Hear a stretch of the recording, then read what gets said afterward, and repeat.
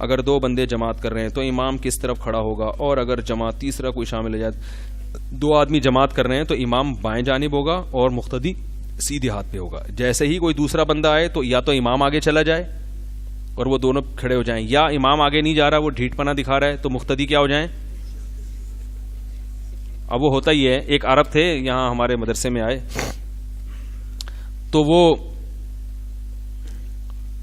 کیا ہوا کہ صف میں کوئی خالی ہو گئی نا, جگہ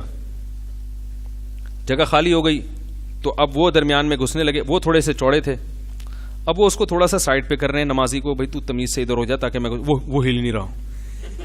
وہ سمجھ رہا ہے میری نماز, حالانکہ اس کو چاہیے کہ ہلے اور جگہ دے. نماز میں جب اگلی صف کہیں خالی ہو جائے تو پیچھے والے کو چاہیے آگے جا کے وہاں کھڑا ہو جائے.